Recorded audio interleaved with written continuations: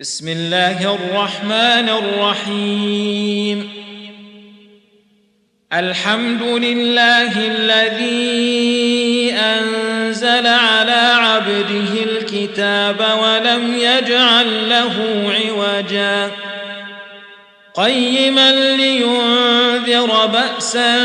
شديدا من لدنه ويبشر المؤمنين الذين يعملون الصالحات أن لهم أجرا حسنا ماكثين فيه أبدا وينذر الذين قالوا اتخذ الله ولدا ما لهم به من علم ولا لآبائهم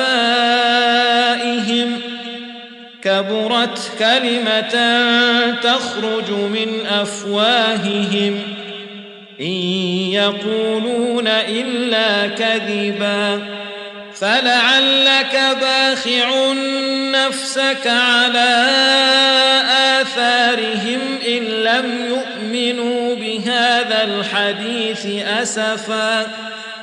إنا جعلنا ما على الأرض زينة لها لنبلوهم أيهم أحسن عملا وإنا لجاعلون ما عليها صعيدا جرزا أم حسبت أن أصحاب الكهف والرقيم كانوا من آياتنا عجبا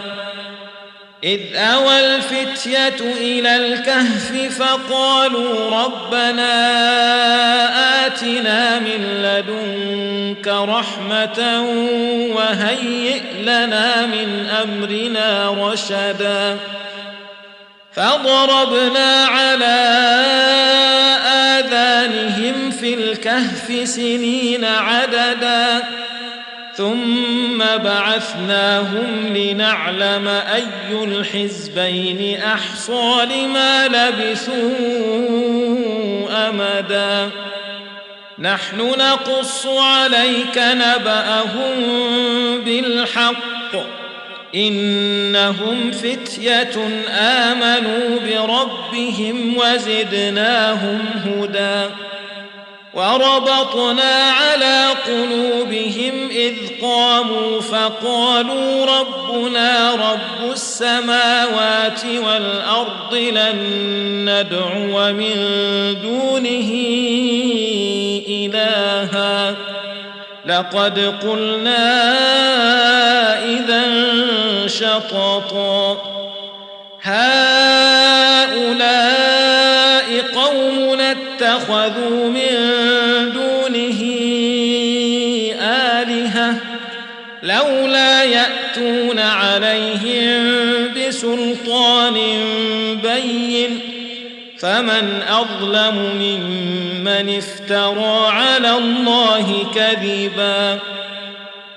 وإذ اعتزلتموهم وما يعبدون إلا الله فأووا إلى الكهف ينشر لكم ربكم من رحمته ويهيئ لكم من أمركم مرفقا وترى الشمس إذا طلعت تزاور عن كهفهم ذات اليمين وإذا غربت تقرضهم ذات الشمال وهم في فجوة منه ذلك من آيات الله من يهد الله فهو المهتد ومن يضلل فلن تجد له وليا مرشدا وتحسبهم أيقاظا وهم رقود ونقلبهم ذات اليمين وذات الشمال وكلبهم باسط ذراعيه بالوصيد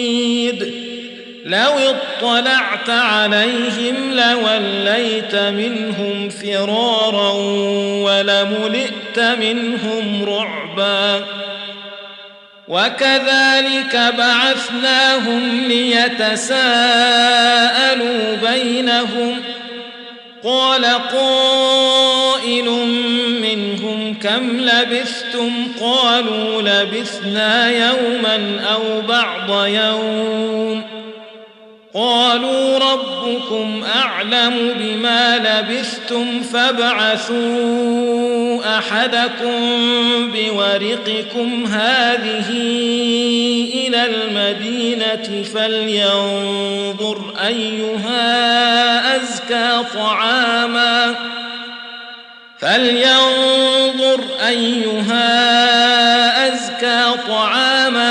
فليأتكم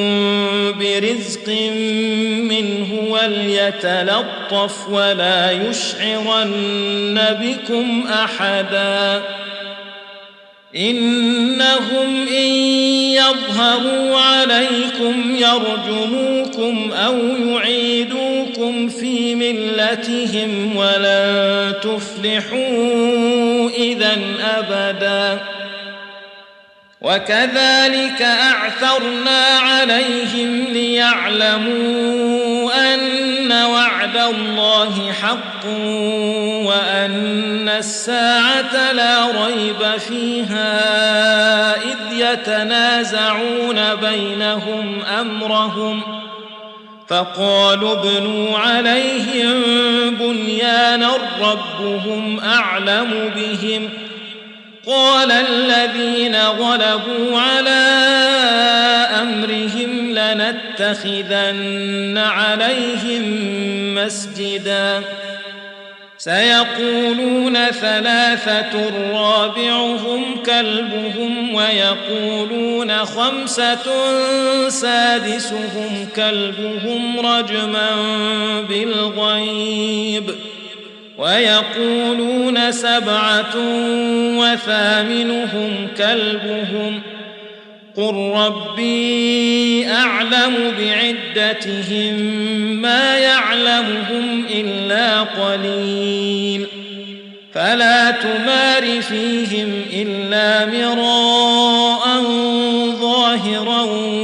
ولا تستفت فيهم منهم أحدا ولا تقولن لشيء إني فاعل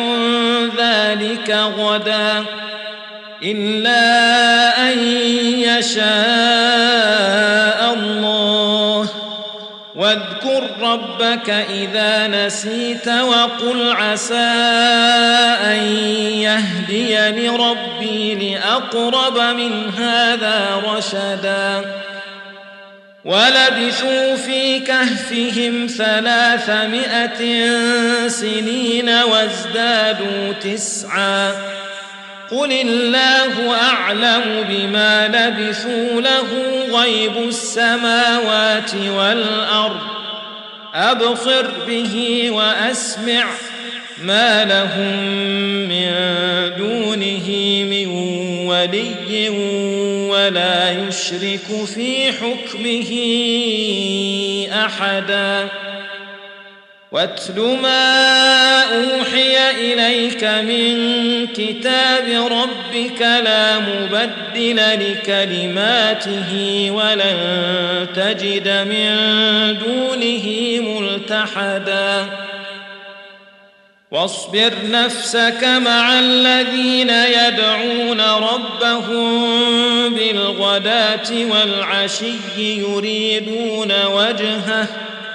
ولا تعد عيناك عنهم تريد زينة الحياة الدنيا ولا تطع من أغفلنا قلبه عن ذكرنا واتبع هواه وكان أمره فرطا وقل الحق من ربكم فمن شاء فليؤمن ومن شاء فليكفر إنا أعتدنا للظالمين نارا أحاط بهم سرادقها وإن يستغيثوا يغاثوا بماء يشوي الوجوه بئس الشراب وساءت مرتفقا إن الذين آمنوا وعملوا الصالحات إنا لا نضيع أجر من أحسن عملا أولئك لهم جنات عدن تجري من تحتهم الأنهار يحلون فيها من أساور من ذهب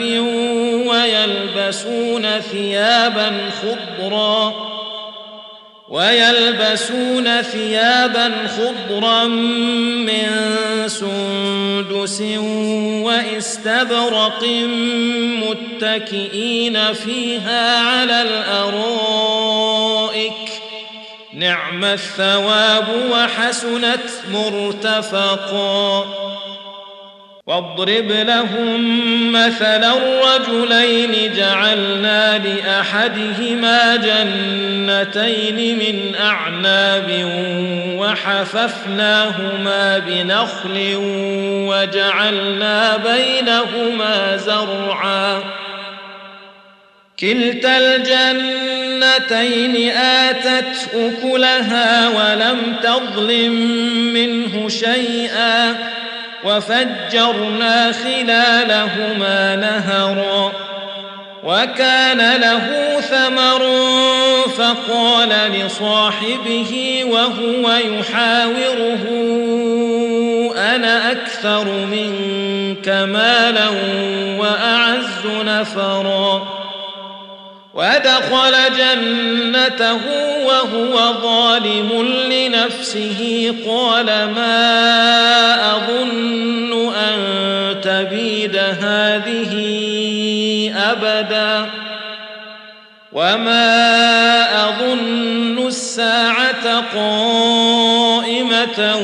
ولئن رددت إلى ربي لأجدن خيرا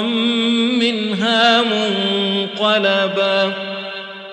قال له صاحبه وهو يحاوره أكفرت بالذي خلقك من تراب ثم من نطفة ثم سواك رجلا لكن هو الله ربي ولا أشرك بربي أحدا ولولا إذ دخلت جنتك قلت ما شاء الله لا قوة إلا بالله إن ترني أنا أقل منك مالا وولدا فعسى ربي أن يؤتيني خيرا من جنتك ويرسل عليها حسبانا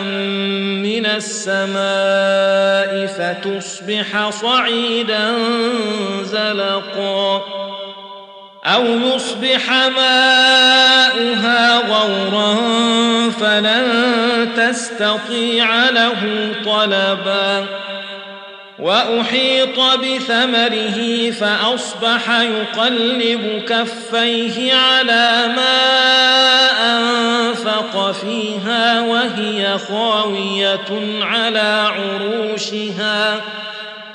وهي خاوية على عروشها ويقول يا ليتني لم أشرك بربي أحدا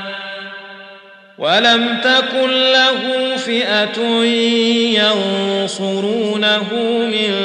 دون الله وما كان منتصرا هنالك الولاية لله الحق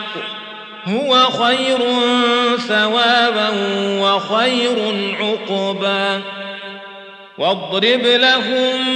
مثل الحياة الدنيا كماء أنزلناه من السماء فاختلط به نبات الأرض فأصبح هشيما تذروه الرياح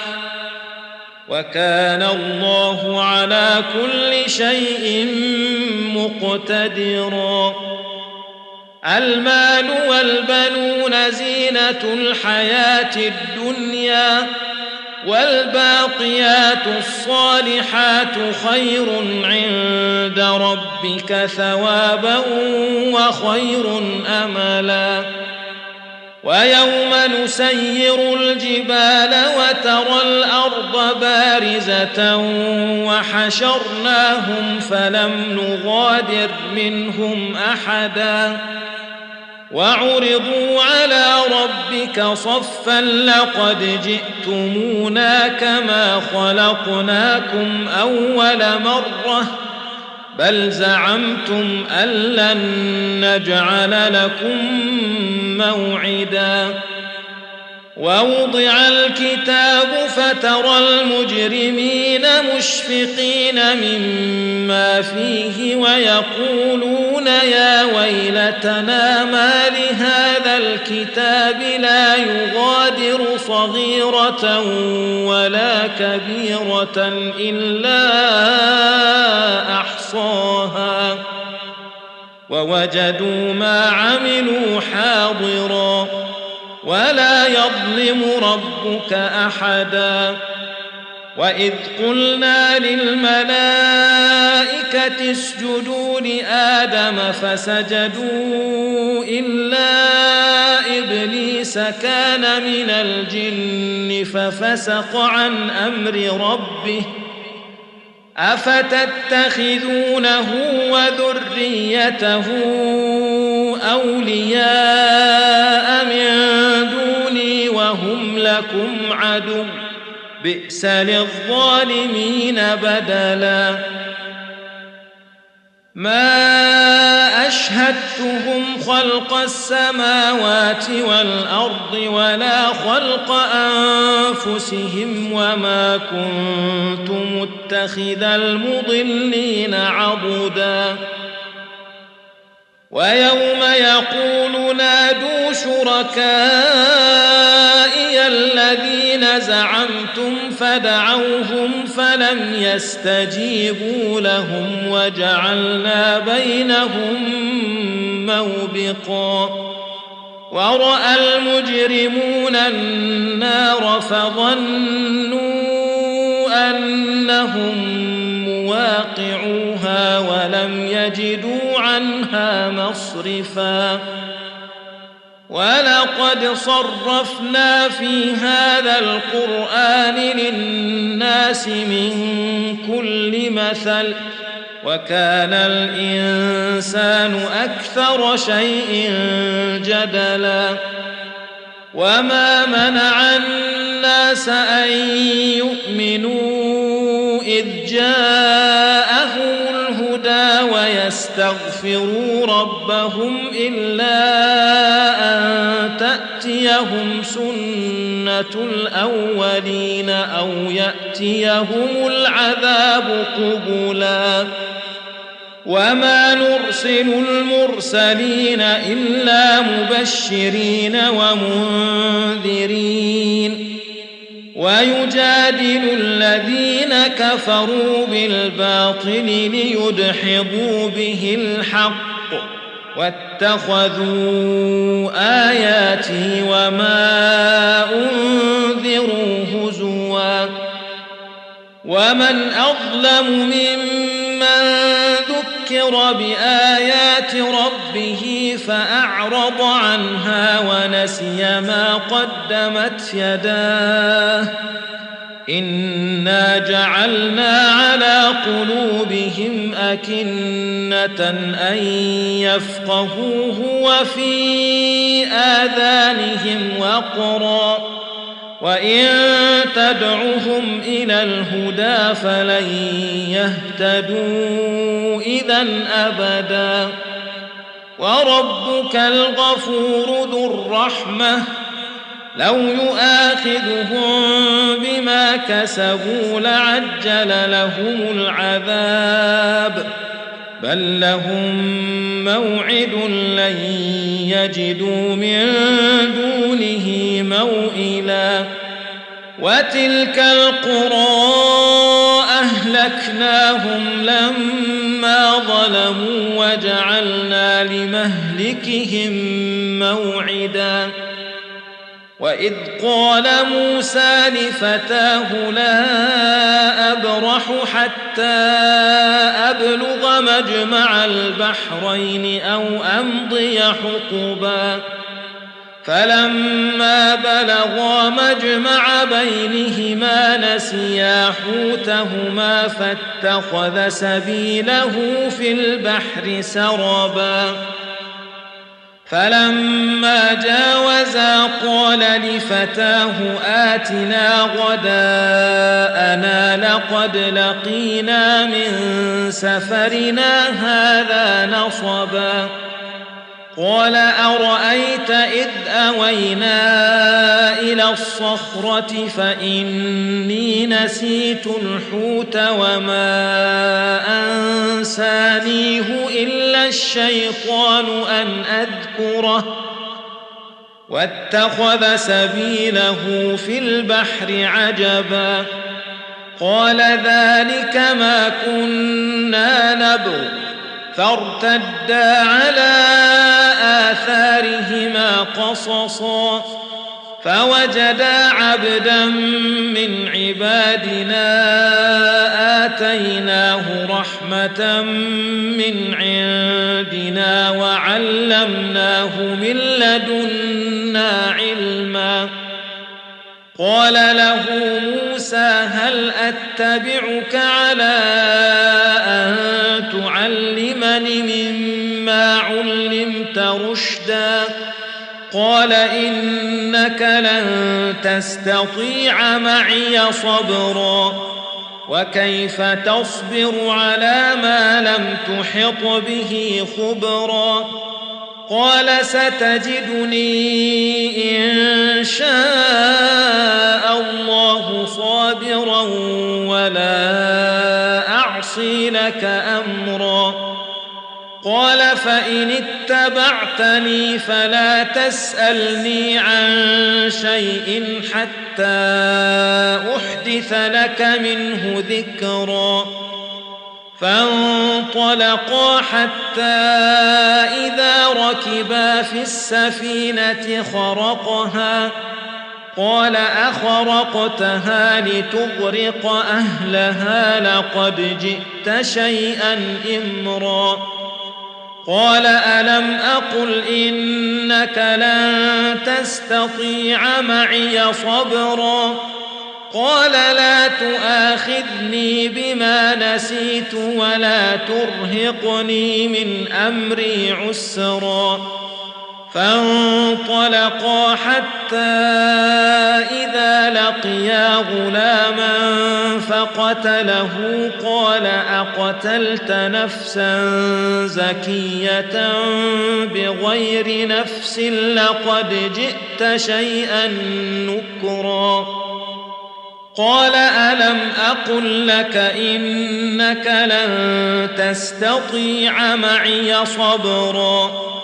قال إن سألتك عن شيء بعدها فلا تصاحبني قد بلغت من لدني عذرا فانطلقا حتى إذا أتيا أهل قرية استطعما أهلها فأبوا أن يضيفوهما فوجدا فيها جدارا يريد أن ينقض فأقامه قال لو شئت لاتخذت عليه أجرا قال هذا فراق بيني وبينك سأنبئك بتأويل ما لم تستطع عليه صبرا أما السفينة فكانت لمساكين يعملون في البحر فأردت أن أعيبها وكان وراءهم ملك يأخذ كل سفينة غصبا وأما الغلام فكان أبواه مؤمنين فخشينا أن يرهقهما طغيانا وكفرا فأردنا أن يبدلهما ربهما خيرا منه زكاة وأقرب رحما وأما الجدار فكان لغلامين يتيمين في المدينة وكان تحته كنز لهما وكان أبوهما صالحا فأراد ربك أن يبلغا أشدهما ويستخرجا كنزهما رحمة من ربك وما فعلته عن أمري ذلك تأويل ما لم تسطع عليه صبرا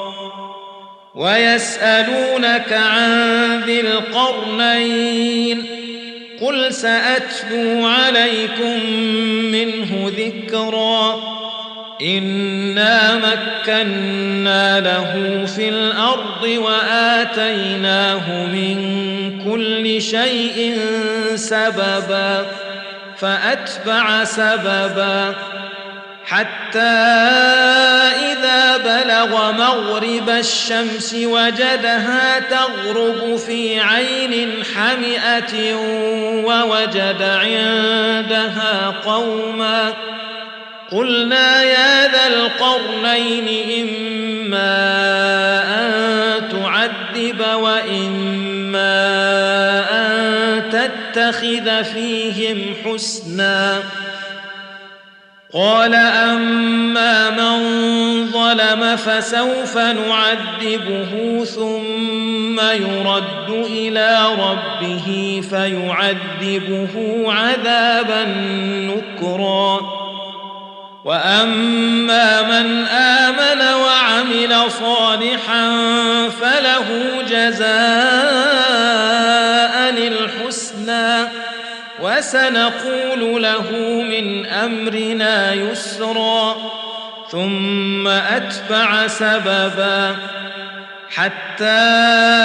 إذا بلغ مطلع الشمس وجدها تطلع على قوم لم نجعل لهم من دونها سترا كذلك وقد أحطنا بما لديه خبرا ثم أتبع سببا حتى إذا بلغ بين السدين وجد من دونهما قوما لا يكادون يفقهون قولا قالوا يا ذا القرنين إن يأجوج ومأجوج مفسدون في الأرض فهل نجعل لك خرجا على أن تجعل بيننا وبينهم سدا قال ما مكني فيه ربي خير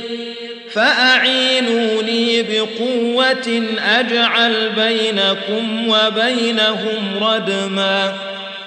آتوني زبر الحديد حتى إذا ساوى بين الصدفين قال انفخوا حتى إذا جعله نارا قال آتوني أفرغ عليه قطرا فما استطاعوا أن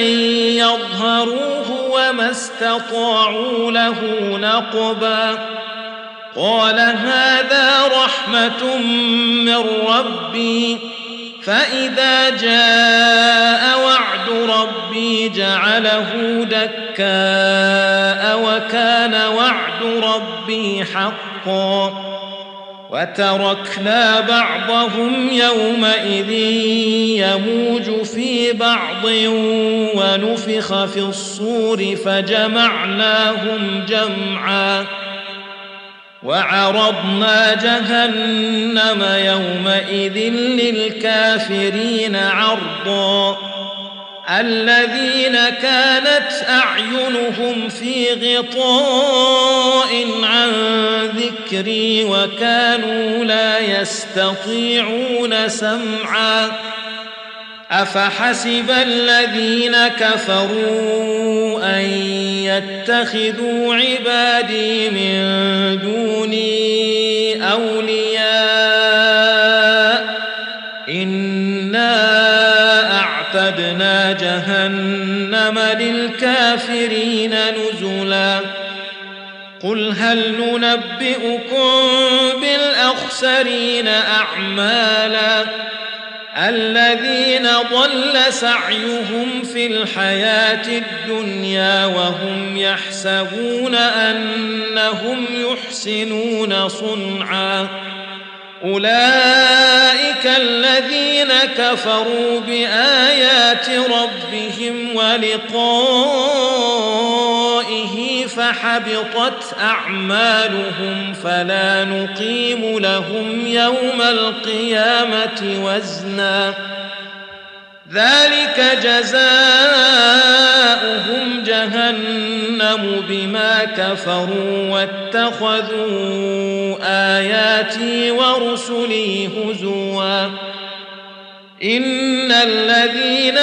آمنوا وعملوا الصالحات كانت لهم جنات الفردوس نزلا خالدين فيها لا يبغون عنها حولا قل لو كان البحر مدادا لكلمات ربي لنفد البحر قبل أن تنفد كلمات ربي ولو جئنا بمثله مددا قل إنما أنا بشر مثلكم يوحى إلي أنما إلهكم إله واحد فمن كان يرجو لقاء ربه فليعمل عملا صالحا ولا يشرك بعبادة ربه أحدا